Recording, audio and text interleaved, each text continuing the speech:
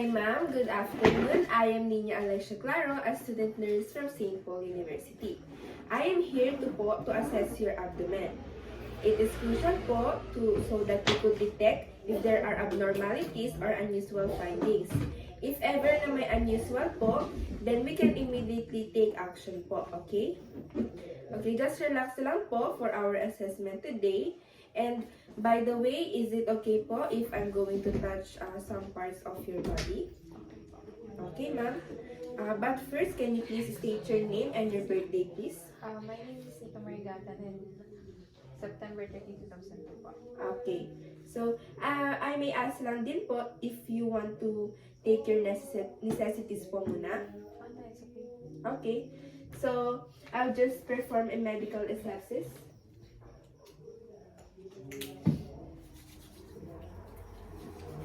And close the curtains for your privacy.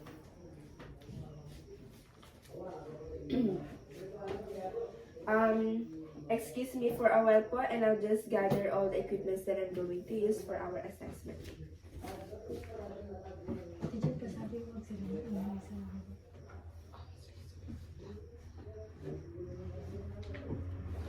Okay, so before we start the assessment, ma'am, I'm just going to ask you a few questions regarding with yourself. Do you experience any abdominal pain po? What are your normal bowel habits po? Regular lang. Okay, so did you experience any constipation or diarrhea? How about having changes in appetite in last 24 hours? No. Okay, what about food you ingested in the last 24? Rice and vegetables. Okay, so rice and vegetables, good. How about in any food intolerances? Okay, so do you experience any unusual signs and symptoms of your abdomen? Okay. Lastly, do you experience previous problems on your abdomen, or did you receive any treatment for it? Okay. So, let's start. Is it okay po, ma'am, if I'm going to position you in a supine position? Yes po. Okay.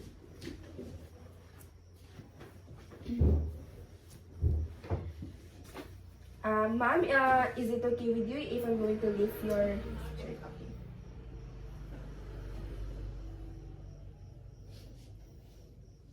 So, ma'am, first is I'm going to inspect your abdomen, and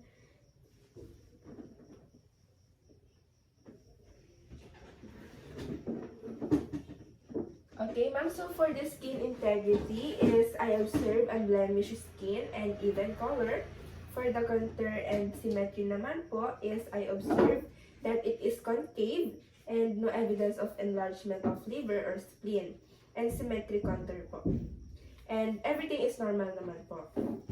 Next naman po is I will observe po the abdominal movements. So take a deep breath po and hold it for a while. Inhale. Exhale. Okay. So I observe symmetric movements caused by respiration po, which is normal. For the next po, ma'am, is I will auscultate your abdomen.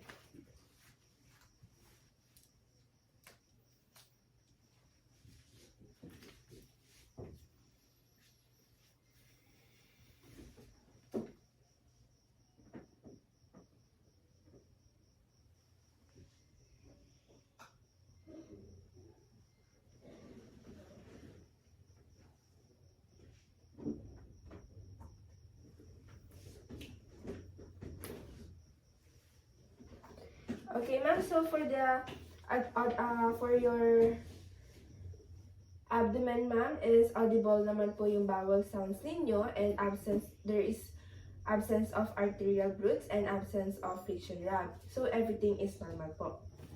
Next naman po is ipe-percuss ko po lightly yung 4 quadrants.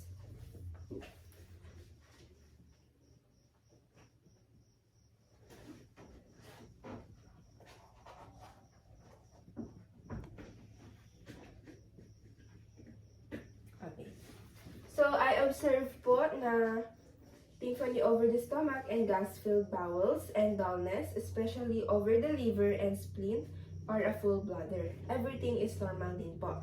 Next po is I will percuss the liver naman po to determine its size.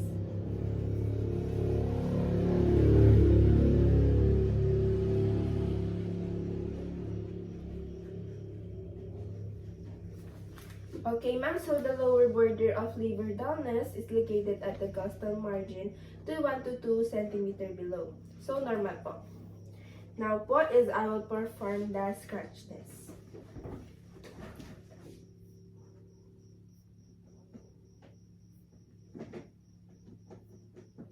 Okay po, so normal naman po.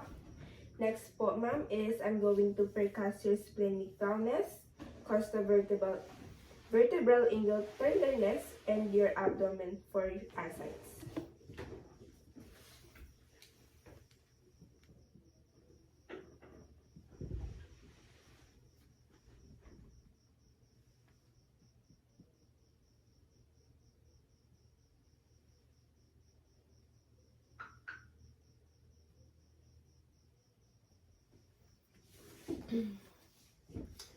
Okay po, so this spleen is an oval area of dullness approximately 7 centimeter wide near the left rib and slightly posterior to the LPL.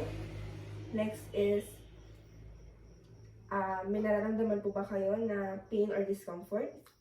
Okay. So normally po, no tenderness or pain is elicited or reported by you, and I senses only adulthood po. So, next po is I will perform a light palpation po.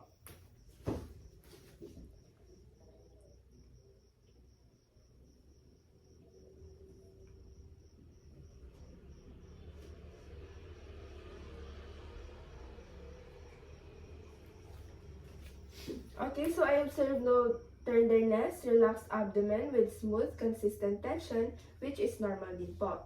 Next po is I will perform a deep palpation po over all 4 quadrants.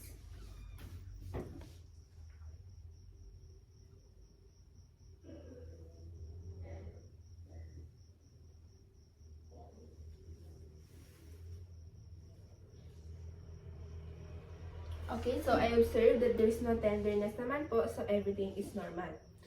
Next po is I will palpate na po yung liver nyo.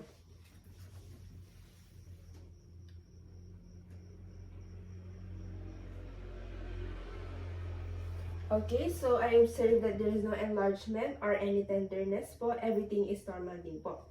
Next po is I will palpate your spleen po.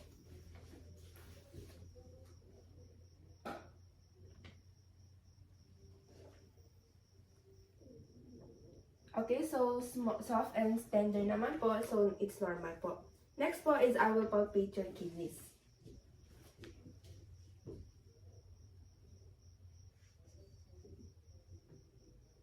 Okay, so it is firm and smooth and rounded naman po, so normal din po siya. Next po is I will palpate your aorta.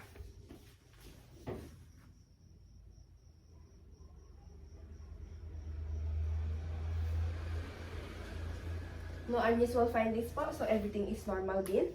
And next po is, ititest naman po natin ang rebound tenderness and inspiratory arrest using Blumberg sign and Murphy's sign.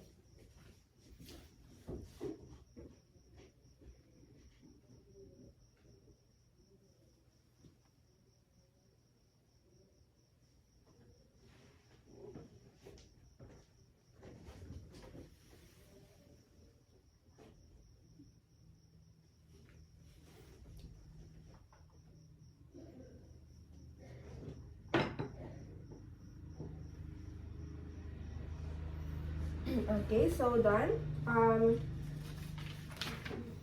No rebound tenderness is present po, and for inspiratory arrest and iliopsis sign, there is no abdominal pain is present naman po. Okay, so lastly, ma'am, is I will palpate your bladder.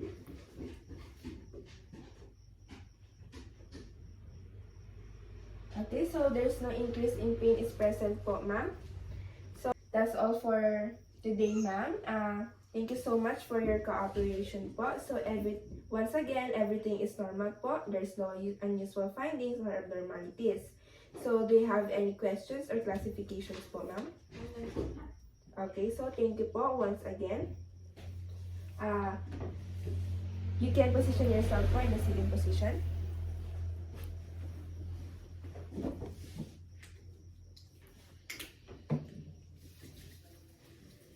Rest assured, ma'am, that all of the gathered information and documents will remain confidentially between me and you and to the physician.